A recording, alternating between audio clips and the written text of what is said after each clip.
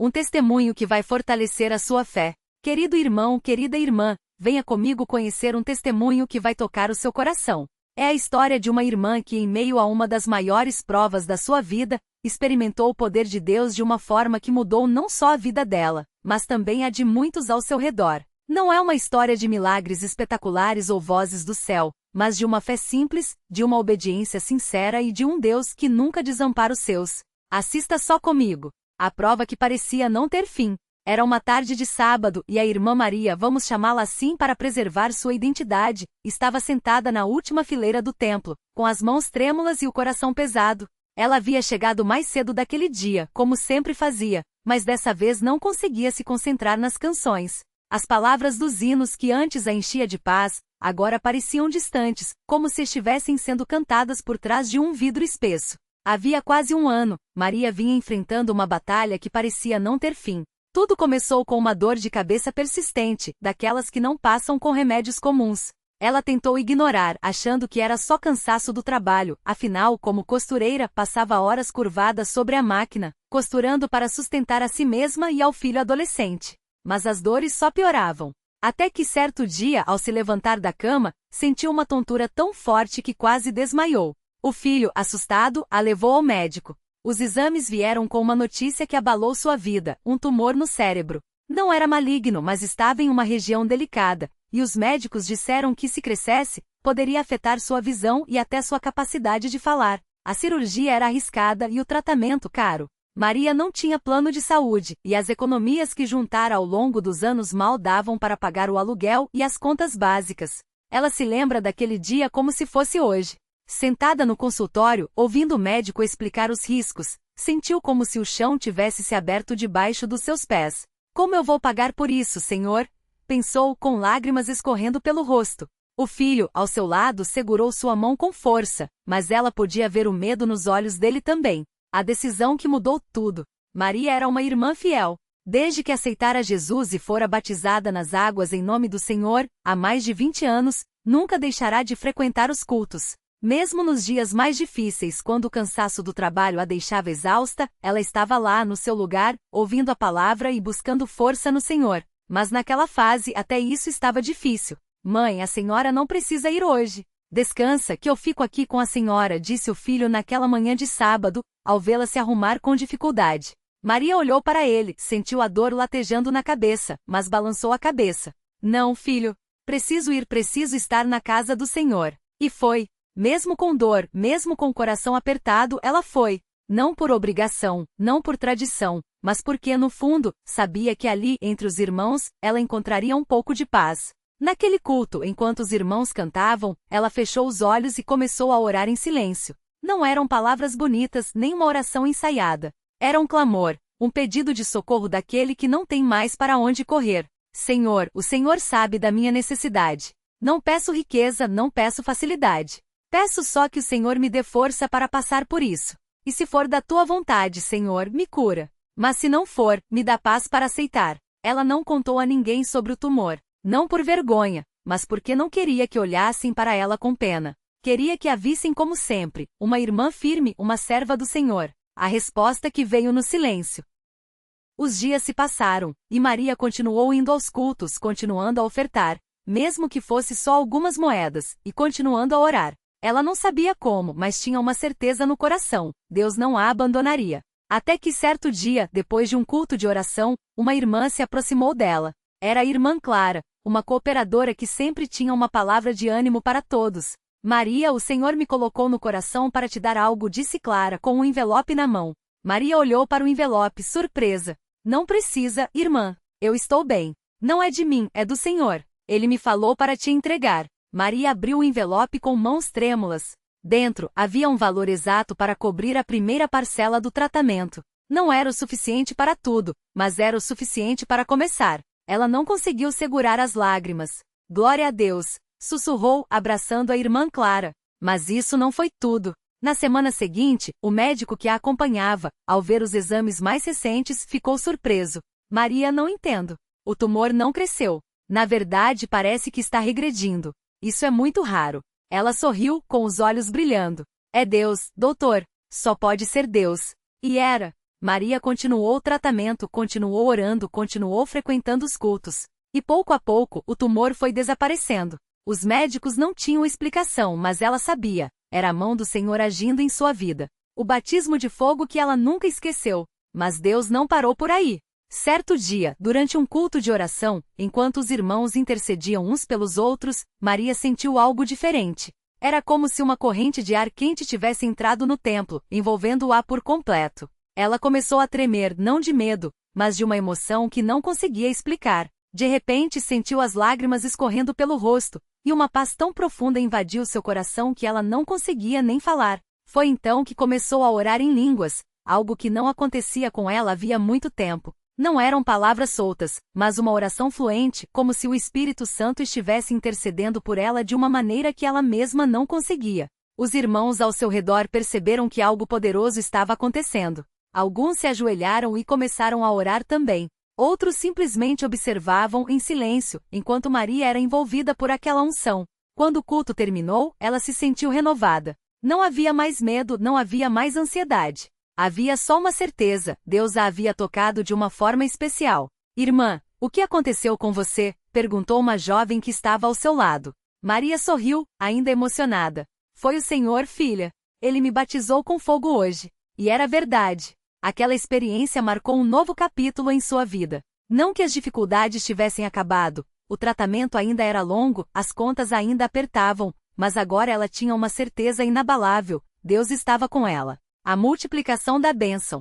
Maria não guardou aquela bênção só para si. Pouco tempo depois, enquanto visitava uma irmã doente, conheceu um jovem que estava afastado da igreja. Era o sobrinho da irmã que ela estava visitando, um rapaz que, segundo a família, havia se perdido no mundo. Tia, não adianta falar com ele. Ele não quer saber de igreja, disse a irmã, desanimada. Mas Maria sentiu um impulso no coração. Deixa eu tentar. Ela se sentou ao lado do jovem e começou a conversar. Não com sermões, não com julgamentos, mas com amor. Contou sua própria história, como Deus a sustentara na doença, como a havia curado, como a enchera de paz. Eu também já pensei em desistir, disse ela. Mas Deus nunca desistiu de mim. O jovem ouviu em silêncio. E algo naqueles olhos cheios de lágrimas o tocou. A senhora acha que ainda tem jeito para mim? Perguntou com a voz embargada. Maria sorriu. Claro que tem. Deus não olha para o seu passado. Ele olha para o seu coração. Na semana seguinte, o jovem estava no culto. E pouco tempo depois, ele também foi batizado nas águas em nome de Jesus Cristo, para perdão dos pecados. A lição que ficou. Hoje Maria está curada. Os médicos não entendem, mas ela sabe, foi Deus. Ela continua frequentando os cultos, continua ofertando, agora com mais alegria, e continua servindo ao Senhor com todo o seu coração. Mas o mais bonito dessa história não é a cura, não é o dinheiro que apareceu no envelope, não é nem o jovem que voltou para a igreja. O mais bonito é ver como Deus usa pessoas comuns, como você e como eu, para fazer coisas extraordinárias. Deus não nos promete uma vida sem provas. Ele não diz que nunca vamos passar por dificuldades. Mas Ele promete uma coisa, estar conosco. E quando Ele está conosco, nenhuma prova é grande demais, nenhuma batalha é impossível de vencer. Se você está lendo este testemunho e pensa, será que ainda tem jeito para mim? Saiba que a resposta é sim. Deus não desistiu de você. Ele está só esperando que você dê um passo de fé, que você confie nele, que você continue firme, mesmo quando tudo parece estar desabando. Lembre-se das palavras do salmista, ele me livrou porque se agrada de mim. Salmos 18:17. E também, porque eu, o Senhor, teu Deus, te tomo pela tua mão direita, e te digo, não temas, eu te ajudo. Isaías 41:13. Não importa o que você esteja passando. Não importa quão grande seja a sua prova. Deus é maior, e Ele está do seu lado. Glória ao nome santo do Senhor. Amém. A história não acabou aqui, como Deus continua escrevendo capítulos de fé. O reencontro com o médico e a confirmação da cura. 3 anos depois daqueles exames que mudaram tudo, Maria voltou ao mesmo consultório. Desta vez não era por dor, mas por gratidão. O médico que a atendeu, um homem de meia idade, cético e acostumado a ver casos sem solução, quase não a reconheceu. Doutor, a senhora lembra de mim? Perguntou Maria com um sorriso tranquilo, enquanto entregava o prontuário atualizado. O médico folheou as páginas, franziu a testa e então levantou os olhos, surpreso. Maria? A senhora é a Maria do tumor no útero? Mas os exames aqui dizem que não há mais nada. Nem cicatriz, nem sinal de cirurgia. Como isso é possível? Ela não respondeu com palavras grandiosas. Apenas disse baixinho, como quem fala de algo óbvio. Foi Deus, doutor. Eu orava, os irmãos oravam, e Deus ouviu. O médico, que nunca havia falado de fé com pacientes, ficou em silêncio por alguns segundos. Então, com um tom que misturava curiosidade e respeito, perguntou: "E o que a senhora fez, além de orar?" Maria contou. Contou sobre as noites em claro, os cultos onde mal conseguia ficar de pé, mas ia mesmo assim. Contou sobre o envelope com o dinheiro exato do aluguel, sobre o jovem que voltou para a igreja, sobre como, mesmo quando tudo parecia perdido, ela continuou firme. "Não foi fácil, doutor. Mas eu aprendi uma coisa: Deus não tira a prova, mas Ele dá força para passar por ela." O médico não se converteu ali na hora. Mas naquela tarde, pela primeira vez em anos, ele pensou sobre Deus. E isso para Maria já era uma vitória. O jovem que voltou, uma história dentro da história. Quando Lucas, o jovem que Maria e os irmãos resgataram, subiu ao púlpito para dar seu testemunho, muitos choraram. Não era um relato de alguém que nunca havia errado.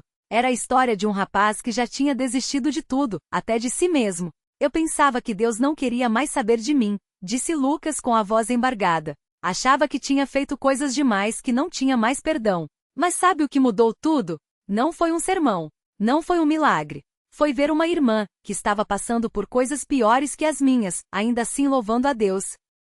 Ele contou como, depois de ser batizado, as coisas não ficaram fáceis. O vício ainda o tentava. As memórias do passado ainda o assombravam. Mas agora ele tinha algo que não tinha antes: uma família. Os irmãos não me julgaram. Eles me abraçaram. Me deram trabalho na padaria de um cooperador. Me levaram para os cultos. E aos poucos, Deus foi mudando meu coração. Hoje, Lucas é um dos jovens mais ativos na congregação. Ele visita presidiários, conta sua história em escolas, e sempre repete uma frase que ouviu de um irmão mais velho: "Deus não olha para o seu passado. Ele olha para o seu coração. Se você está disposto a mudar, Ele te dá força."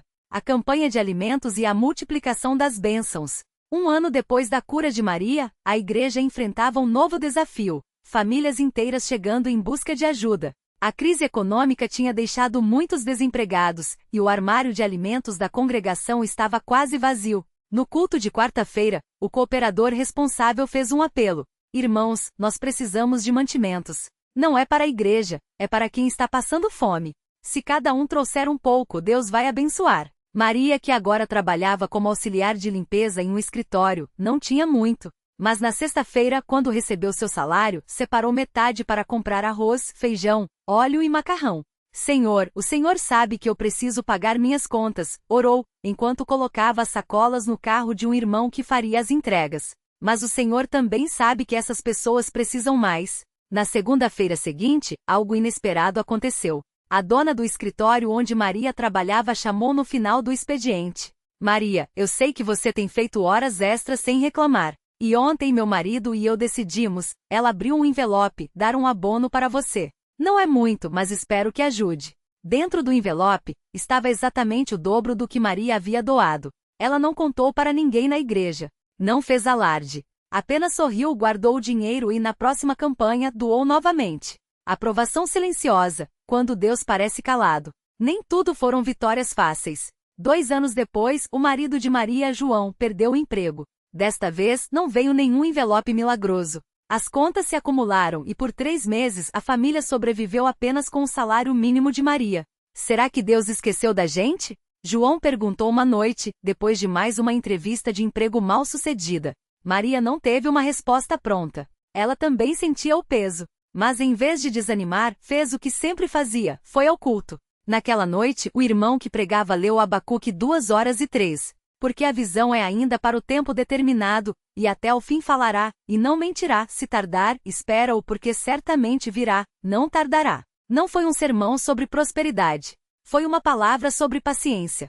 E então, no mês seguinte, João recebeu 2 propostas de trabalho. Uma era para um emprego melhor que o anterior, a outra para um cargo em uma empresa menor, mas onde ele poderia ajudar outros irmãos a conseguir vaga. "E agora, Maria? Qual a gente escolhe?" perguntou João. Ela sorriu: "A que Deus vai usar para abençoar mais pessoas." E foi o que fizeram. O encontro com a ex-colega de trabalho. Anos depois, Maria reencontrou Carla, uma ex-colega de fábrica que sempre zombava dela por ser crente. "Maria, você sumiu." disse Carla surpresa, ao vê-la em um supermercado. Onde você está trabalhando agora? Maria contou sobre o escritório, sobre a igreja, sobre como Deus tinha mudado sua vida. Ah, Maria, Carla suspirou com um tom entre incrédulo e curioso. Você realmente acredita que foi Deus que te curou? Que te deu esse emprego? Maria não discutiu, apenas respondeu. Carla, eu já estive onde você está, achando que tudo era sorte ou azar. Mas quando você passa por uma prova e vê a mão de Deus te segurando, você sabe que não é coincidência. Carla não se converteu ali, mas naquela noite, pela primeira vez em anos, ela orou. Se você existe, Deus, me mostra um sinal. E Deus, que é fiel, começou a trabalhar em seu coração. A lição que nunca acaba. Hoje, Maria e João são cooperadores na igreja. Não são pastores, não têm títulos. São apenas servos. Mas seu testemunho já alcançou dezenas de pessoas, algumas que voltaram para Deus, outras que encontraram força para continuar. Eles aprendem todos os dias que Deus não nos tira das provas, mas nos dá força para vencê-las. 2. As bênçãos não são só para nós, mas para que possamos abençoar outros. 3. A fé não é a ausência de medos, mas a certeza de que Deus é maior que eles. 4. O milagre às vezes vem como um envelope com dinheiro, outras vezes como uma palavra no momento certo. 5. A igreja não é um lugar de perfeitos, mas de pessoas que mesmo fracas confiam em um Deus forte. Uma última história, o homem no banco da praça. Há algumas semanas João estava sentando em um banco de praça, esperando Maria sair do trabalho, quando um homem mal vestido se aproximou. O senhor tem R$ 1 para me ajudar? Perguntou o homem com voz rouca. João poderia ter dado uma moeda e seguido em frente. Mas algo o fez parar. Sente aqui um pouco, disse, apontando para o banco. Como é seu nome? O homem, chamado Antônio, contou que estava desempregado, que a mulher tinha ido embora, que não tinha para onde ir. João não tinha muito dinheiro, mas tinha algo melhor, uma história para contar. Antônio, eu já estive onde você está. Sem esperança, sem saída. Mas Deus mudou minha vida. E Ele pode mudar a sua também. Antônio não chorou. Não fez nenhuma promessa. Apenas ouviu. Mas na semana seguinte, ele apareceu na igreja. E hoje está fazendo o curso de batismo. A pergunta que fica para você. Se você está lendo esta história e pensa, mas e eu? Minha prova é maior, minha dor é mais funda, saiba que Deus não mudou. Ele ainda ouve o clamor dos que confiam nele. Ele ainda age nos detalhes. Ele ainda usa pessoas comuns para fazer coisas extraordinárias. Talvez você esteja esperando um milagre espetacular. Mas às vezes o milagre está na força para levantar de manhã, na coragem para perdoar, na paz que não faz sentido em meio à tempestade. Deus não prometeu que seria fácil. Mas Ele prometeu: eu estarei contigo. E isso basta. O convite. Se você está passando por uma prova hoje, não desista. Se você já tentou de tudo e nada deu certo, tente confiar em Deus. Se você acha que já errou demais, saiba que o sangue de Jesus limpa todo pecado. E se você ainda não conhece esse Deus que muda vidas, venha conhecê-lo. A porta da igreja está aberta. Os irmãos estão de braços abertos. E Deus está esperando por você. Vinde a mim, todos os que estáis cansados e oprimidos, e eu vos aliviarei. Mateus 11:28. Glória a Deus. Amém.